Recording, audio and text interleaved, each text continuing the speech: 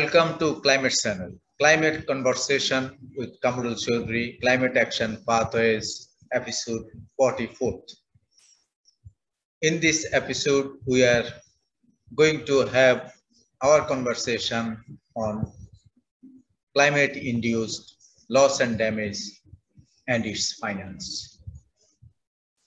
Today, you know that the world is facing a lot of climate-induced loss and damages. And since the loss and damage are on the rise, at the same time, it requires a lot of climate actions to address loss and damage. So requires climate finance for loss and damage. Climate-induced loss and damage finance. To discuss this issue, we have with us Melanie who had her PhD on climate loss and damage finance. So she is an expert by herself on climate finance, especially on loss and damage finance mechanism. So Melanie, welcome to Climate Channel. What is your take? What is your reflection on a new mechanism for loss and damage finance, or Thank you. Loss and damage finance mechanism? How robust it should be? What are the elements of loss and damage finance? Thank you so much. Mechanism. Thank you, Quamrul, so much for having me tonight, and hello everyone from early morning Australia. So yeah, Quamrul has already introduced me. So my name is Melanie. I'm a current PhD student at the Australian National University, and I have recently done research on financing loss and damage from climate change impacts in focusing on small island developing states, but looking at developing countries in particular.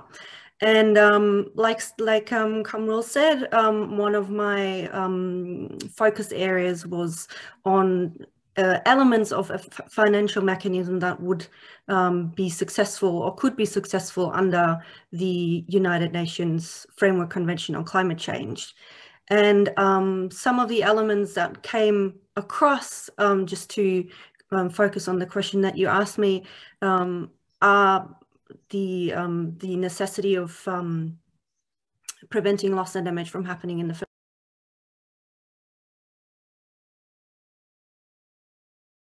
first place.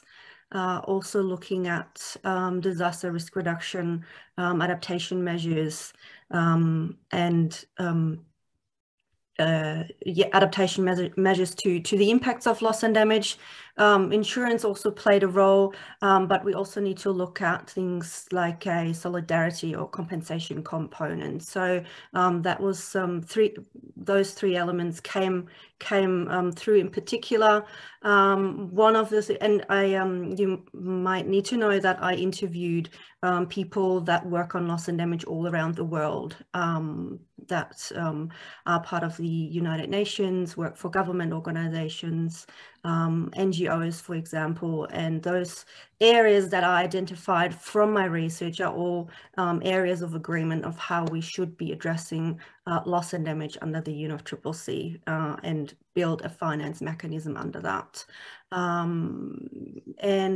think also important to know is that in some instances I looked at not just the mechanism or the elements of it, but also how we could have it under the current regime. So looking at, for example, the Green Climate Fund and what role that could play, how we should mobilize funds for losses and damages that occur, but also looking at non-economic losses, for example, and how we need to address those and what actually non-economic losses are, especially in developing countries.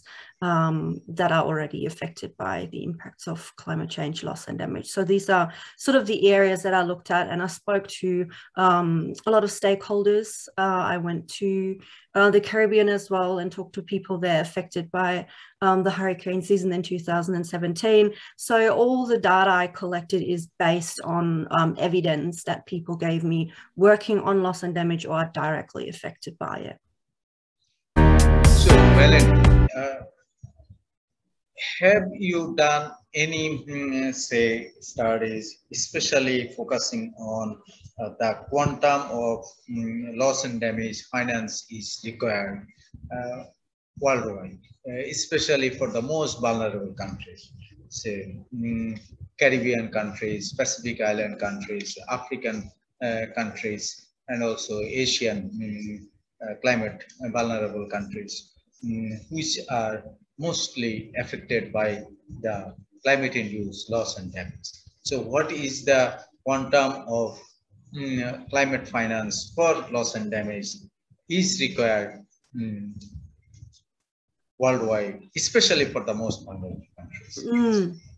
Well, that's a really interesting question. So in my research, what I tried to do is exactly not quantifying loss and damage, because we're talking about such a huge number that is really hard to put into monetary figures, because we're talking about people that are affected here in areas like Bangladesh, as you are from, close to the coast, with sea level rise and horrific impacts on people's livelihoods. We're talking about hurricanes in the Caribbean that decimate islands, more than one island at a time, and having to evacuate, for example, in 2017, a whole island from Barbuda to Antigua.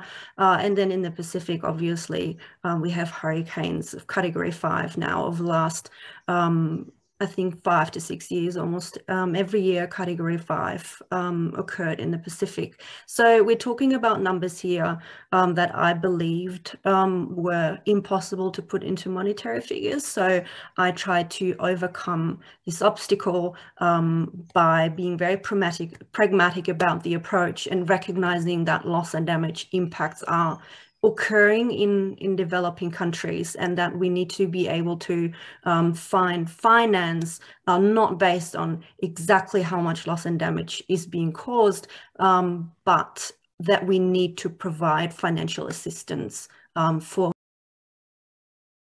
the least developed countries or the most vulnerable countries, so that aid on top of development aid, scaled up finance is available. Yeah, so that was one of the important things that I wanted to point out, that also the question of attribution would also come into play here, but that again raises a lot of questions and uncertainty that I didn't want to get into, because I feel like we need to recognize that loss and damage is currently occurring and something needs to happen. Yeah, Melanie, so as attribution is very difficult for loss and damage, especially climate-induced loss and damage. In the climate change negotiation, it is a very tricky question. How you define climate-induced loss and damage? Economic loss, non-economic loss. How you define that in your research work, in your PhD thesis? Thank you. Can you share that? Yeah, such a tricky question as well. So, so I can tell you how, because you know that there is currently no definition for loss and damage, and we struggled to find one since the beginning of loss and damage in 1991. So one of the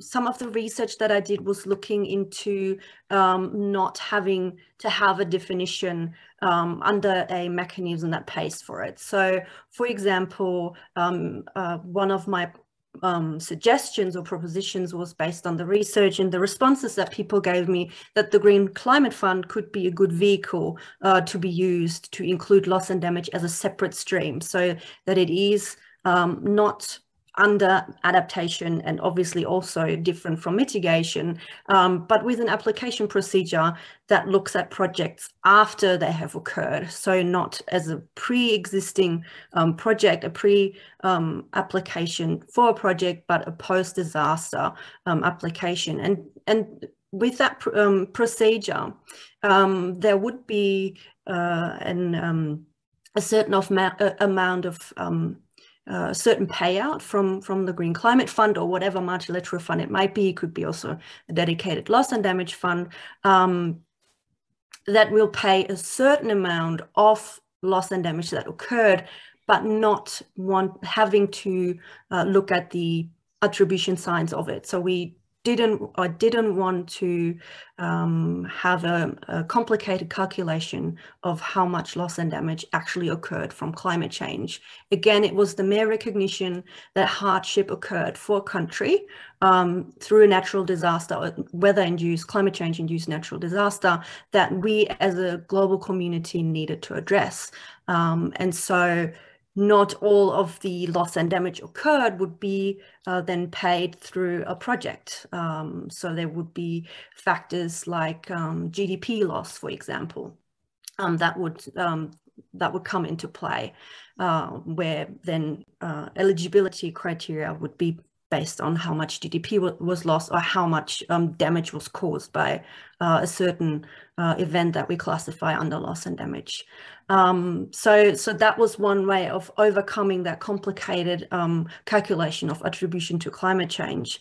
And then another one of a result of my research showed, you asked about defining non-economic losses. So non-economic losses in my research were actually described to me by my participants more as non-economic impacts rather than a loss, because there were so many other things that played a role after Hurricane Maria and Irma went and swept through the Caribbean. So that was my case study. There were so many different factors that played a role in terms of non-economic losses that it was actually described to me more as impacts by people. So things that are not included, for example, under the current UNFCCC regime when it comes to non-economic losses, are things like also lost education or lost job opportunities. We're also looking at the importance of colonial history. So how does that play a role in the amount or in the amount of non-economic losses that occur? So these are these are some of the results. Also, there is a problem with defining or having two categories of losses, like economic and non-economic losses. Most of the time, for example, especially fisher folk or farmers in agriculture would describe to me what we think is a non-economic loss as an economic loss. So losing equipment or losing crops and losing a vessel. So, and that is due because these two were inherently connected. When you lose your livelihood. So an economic loss then becomes a non-economic loss because it causes stress in your life, and the purpose of your life is sort of, lost. So these were some of my results. I hope I responded to your question satisfactorily. Thank you very, very much, Melanie, for sharing your reflection on what is climate-induced loss and damages, what is economic loss, what is non-economic loss, and how economic loss turns into non-economic loss, non-economic losses and damages can turn into economic losses and damages. So, and also what should be the, say, finance structure or mechanism for loss and damage, how it looks like, potentially where it should be set up. Yeah. Say, a green climate fund can be a pocket and window, but where it should be. So these are the challenges. Thank you for sharing your take, your reflection on behalf of Climate Channel. I would like to thank you. It was a pleasure to have you. May I add something that I probably wasn't able to convey to our audience as much.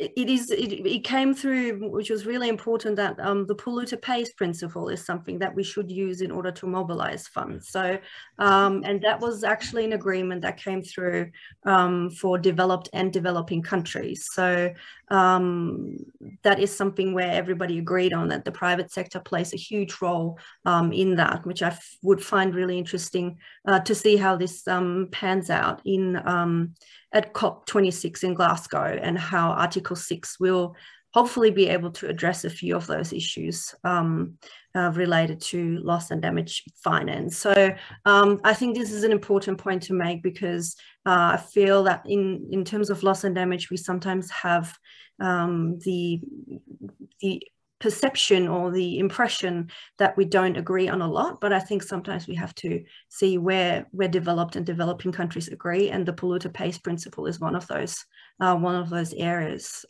where we do agree, and where we have to move forward, and hopefully that'll transpire at COP26 through Article 6 as well. So thank you very much for having me. It was a pleasure, and I hope answered some of your questions correctly. Thank you very much. Yeah, thank you very much, Melanie. With that, I would like to stop here in this episode.